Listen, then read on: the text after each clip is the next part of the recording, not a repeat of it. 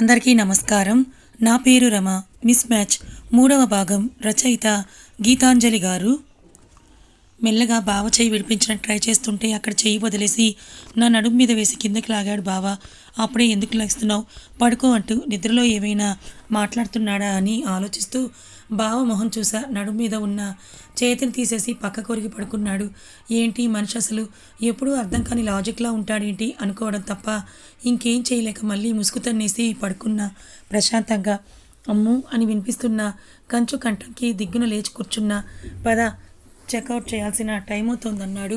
అప్పటికే ఫ్రెష్ అయిపోయినట్టుగా ఉన్నాడు బావ. నాకు బట్టలు అన్న నేడుపోహంతో మళ్ళీ ఆ బ్యాగ్ దగ్గరికే వెళ్ళి విసిరాడు నా మీదకి. అదేమైనా అక్షయ పాత్ర తీస్తుంటే బట్టలు రావడానికని కొనుక్కుంటూ ఓపెన్ చేశాను. నాదే ఒక స్కర్ట్, టీ షర్ట్ ఉంది, థ్యాంక్స్ బావా అని చెప్పాను అవుతూ. అసలు కేర్ చేయడం నన్ను. ఉక్రోషంగా మొహం తిప్పేసి వెళ్ళి ఫ్రెష్ అయ్యి వచ్చాను. ఇంటికి వెళ్ళగానే మా కోసమే వెయిట్ చేస్తున్నారు అత్త వాళ్ళు. బావా రావడమే వాళ్ళందరి వైపు పలకరింపుగా నవ్వి పైకి వెళ్ళిపోయాడు. అక్కిని పంపించేసి చాలా దగ్గరగా వచ్చి అడిగింది అమ్మ. పడుకున్నావా నైట్ అని అడుగుతుంది. బాగానే పడుకున్నా అని అంటుంటే తల కొట్టుకున్నారు అత్త అమ్మ. ఏమైంది ఇప్పుడు అన్నాను. వాళ్ళ రియాక్షన్ ఏంటో అర్థం కాక, ఏం లేదులే నేను కాఫీ కలిపి ఇస్తాను పట్టుకొని వెళ్ళి బావకి అంది అత్త. సరే అన్నాను. మొదటిసారి బావ రూమ్లోకి వెళ్ళడం, అసలు ఎవరిని రానివ్వడు. ఎప్పుడు ఏం రాస్తాడో తెలియదు కానీ ఆ రూమ్ లోపలికి ఎవరూ వెళ్ళరు. కానీ ఇప్పుడు మనం అఫీషియల్గా మిస్సెస్ విక్రమ్ రెడ్డి కదా, సో వెళ్ళొచ్చు. అది నా రూమ్ కూడా. ఇక మీదటి నుంచి డ్యూటీకి వెళ్ళడానికి రెడీ అవుతున్నాడు మా గబ్బర్ బాబు. కాఫీ కప్ పక్కన పెట్టి మొత్తం రూమ్ అంతా చూస్తున్నా. ఇంటి మీద పెంట్ హౌస్లో ఉంటాడు బావ. వెయిటింగ్ హాల్, బెడ్రూమ్, చిన్న బాల్కనీ అన్నీ ఉన్నాయి. కానీ మొత్తం వైట్ పెయింటే వేసినట్టుగా అన్నీ వైట్ కలర్లోనే ఉన్నాయి. ఏదో 5 స్టార్ హోటల్లో ఉన్నట్టు పరమ చిరాకేసింది నాకు. ఈ రూమ్ కోసమా ఇన్ని రోజులు ఏదో అద్భుత దీవెని చూస్తున్నట్టుగా వెయిట్ చేసిందని విసుక్కుంటూ వెళ్ళిపోయా అత్త దగ్గరికి. కొడుకు మీద చాడీలు చెప్పాలిగా మరి. అత్త అని చుట్టేసా ఏడుపు మొహం పెట్టి. ఏమైందని అడుగుతున్న అత్త భుజం మీద తలపెట్టి బావ రూమ్ నచ్చలేదు నాకు అన్నాడు. ఓసిని ఏదో అనుకున్నాను కదే అని ఒక్కటేసింది అత్త. అబ్బా పట్టించుకోవేంటి నన్ను, నిజంగానే నచ్చలేదు బావ రూమ్. ఆ రూమ్లో ఉండమంటే విడాకులు ఇచ్చేస్తా నీ కొడుక్కి అన్నాను నేను గారాలు పోతూ. నచ్చకపోతే నీకు నచ్చినట్టుగా మార్చుకో, ఆ రూమ్ అయినా నీ భావని అయినా, అంతేగాని ఈ విడిపోవడం విడాకుల మాటలు ఆడకు అని అంది అత్త. అన్నాను.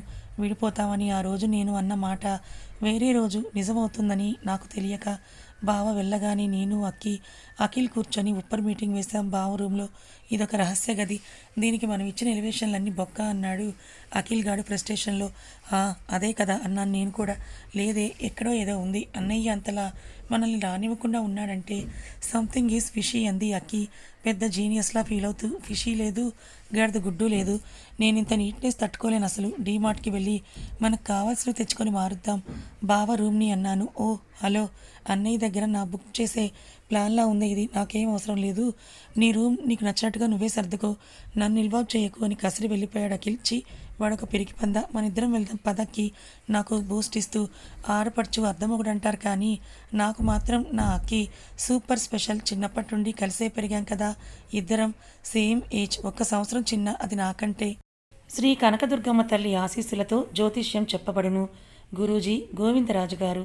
ప్రేమ, పెళ్లి, ఉద్యోగం, ఆరోగ్యం, వ్యాపారం, సంతానం, భార్యాభర్తల సమస్యలు, చెడు ప్రయోగాలు, ఇంకా ఎటువంటి సమస్యలకైనా 100% పరిష్కారం చేయబడును.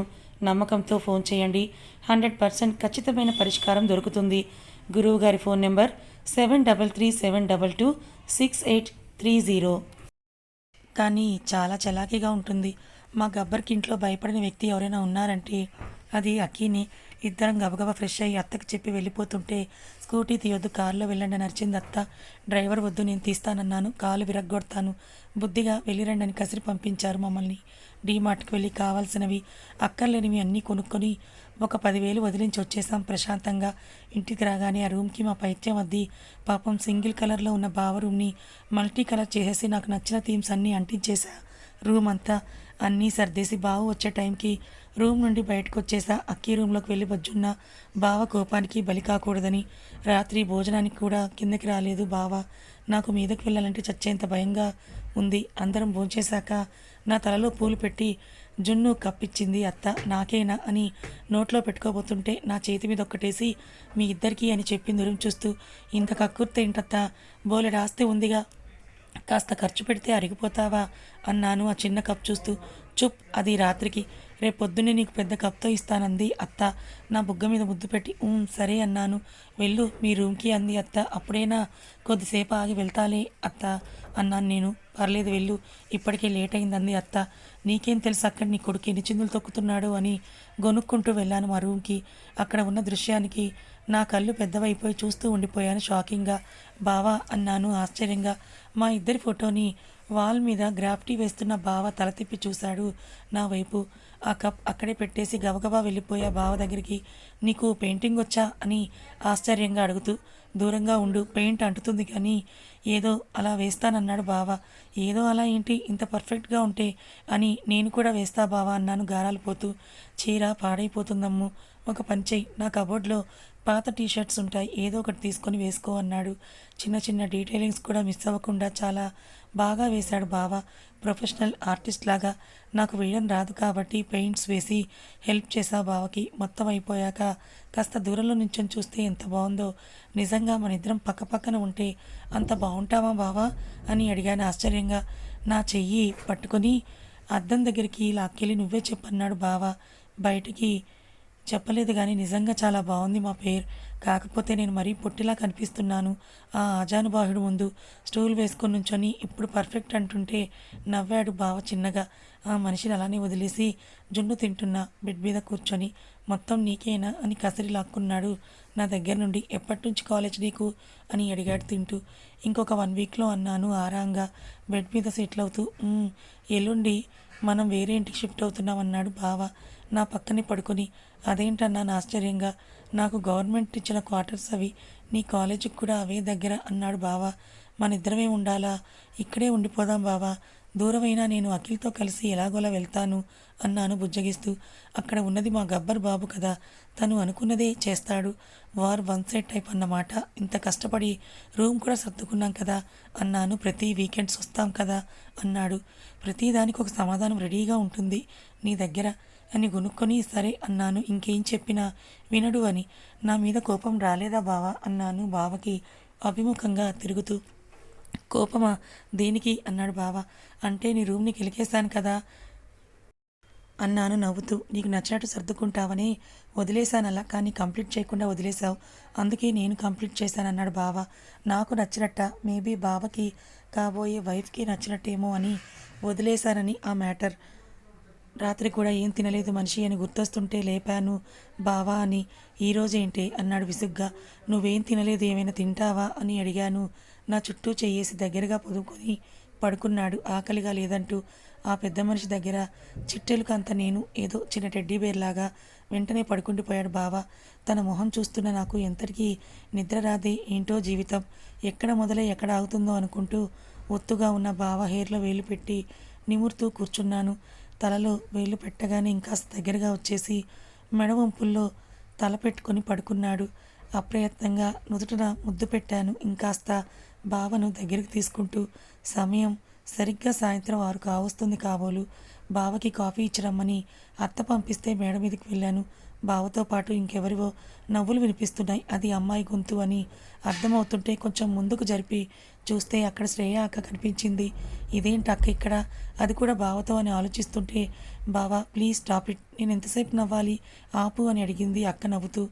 బావ తనని 2 చేతుల్లో బంధించేసి ఎక్కడికి అని అడిగాడు. వెనక్కి తిరిగి బావ మెడ చుట్టూ చేతులు వేసి కాళ్ళు మీదకెత్తి మురికి వేళ్ళ మీద నించొని బావకి ముద్దు పెట్టింది.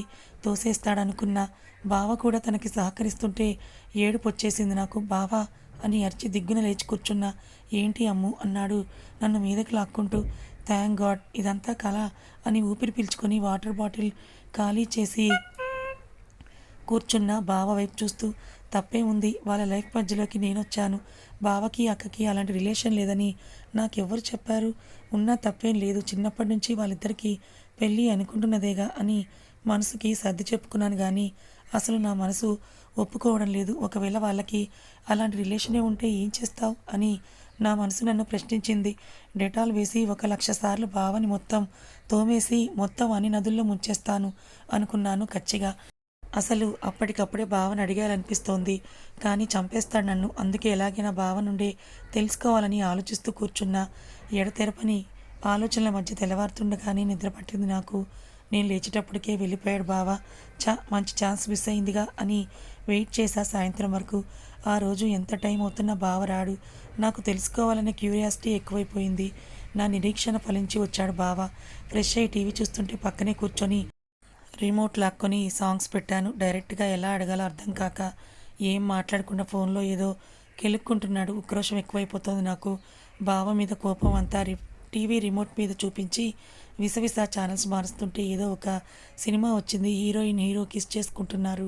ఆ సీన్లో ఒక్కసారి టీవీ వైపు చూసి తల తిప్పేశాడు. మళ్ళీ కావాలని అదే ఛానల్ ఉంచి బావ నిజంగా కిస్ చేసుకుంటున్నప్పుడు కళ్ళు మూసుకుంటారా అని అమాయకంగా అడిగాను.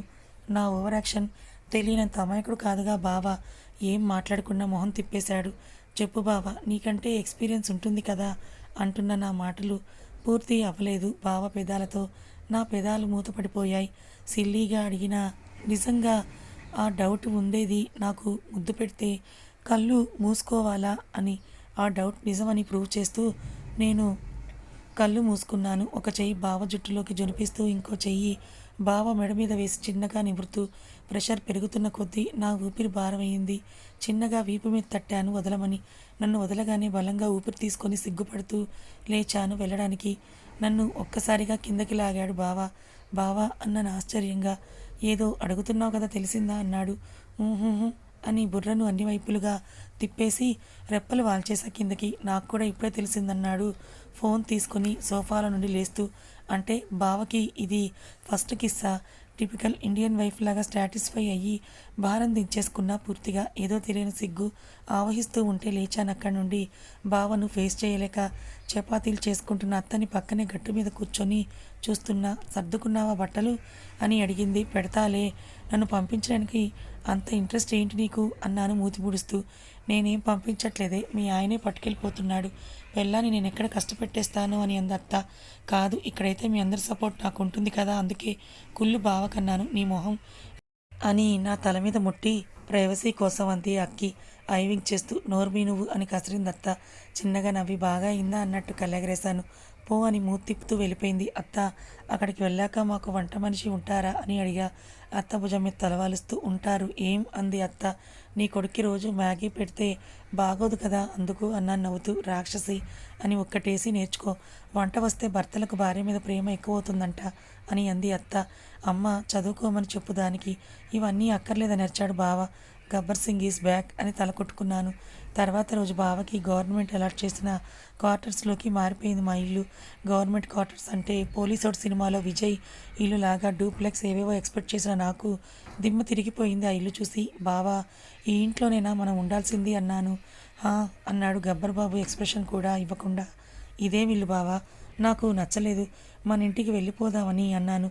ఇదే ఇక మీదట మన ఇల్లు, ఇక్కడే ఉండాలి మనం అని చాలా సీరియస్గా చెప్పాడు. మాటలు కట్. నాకు పాడుపడ్డ బంగ్లాలా ఉన్న ఇంటిని చూస్తుంటే ఏడుపు ఒక్కటే తక్కువ నాకు.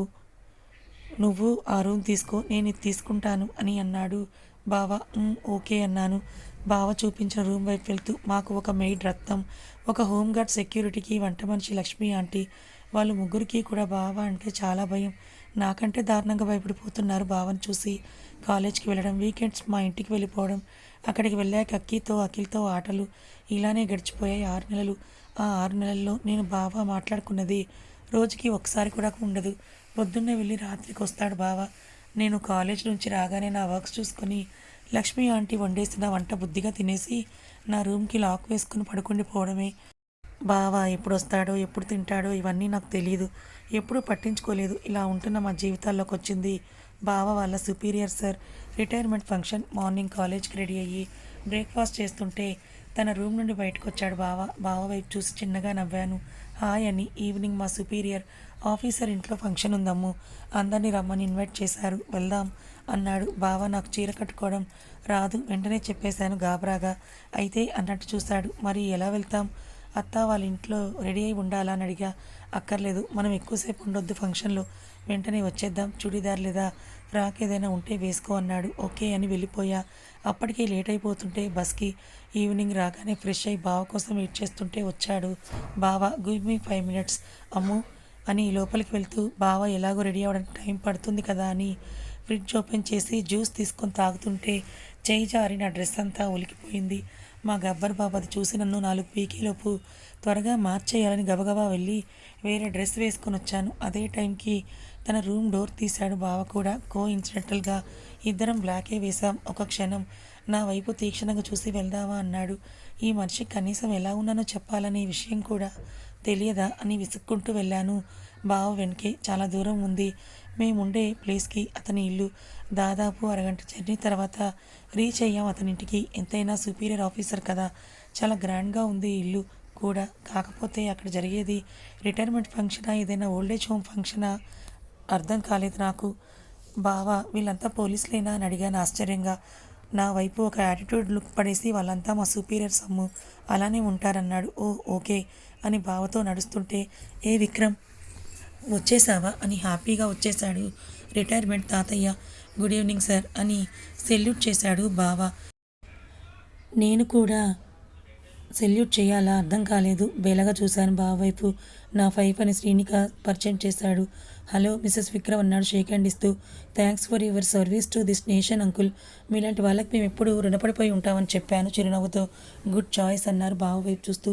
చిన్నగా నవ్వాడు బావ. కలల్లో చిన్న మెరుపు నా చూపుని దాటిపోలేదు. బావ వాళ్ళ ఫ్రెండ్స్ దగ్గరికి వెళ్తూ తీసుకొని వెళ్ళాడు నన్ను కూడా. బేసిక్గా బావ ఫ్రెండ్స్ ఎవరూ తెలియదు నాకు. బావ ఐఐటి ఢిల్లీలో చదువుకుంటున్నప్పుడు ఉన్న ఫ్రెండ్స్ అయితే కొద్దిగా తెలుసు, మిగతా వాళ్ళ పేర్లు కూడా తెలియదు. అందరినీ మామూలుగా పరిచయం చేశాడు. బాబీ అని అంటూ అరుస్తూ వస్తున్న అతన్ని ఆశ్చర్యంగా చూశాను నేను. రావడమే బావని చుట్టేశాడు విక్కీ అంటూ. విక్కీ అని పిలిచేంత చనువు భావించాడంటే ఇతన్ని తెలుసుకోవాల్సిందే అనుకున్నాను నేను. కథ ఇంకా ఉంది. మరి ఇంతకీ అసలు విక్రమ్ మనసులో ఏముంది? నిజంగా తను శ్రేయాని ప్రేమిస్తే మరి ఎందుకు శ్రీనికాని పెళ్లి చేసుకోవాలనుకుంటున్నాడు? మరి తెలిసే తెలియకుండా శ్రీనిక ఎందుకు విక్రమ్ నుంచి దూరం అయిపోయింది? తెలుసుకోవాలనుకుంటే మన ఛానల్ని ఫాలో అవ్వండి. కథ నచ్చితే లైక్ చేయండి. Thank you so much.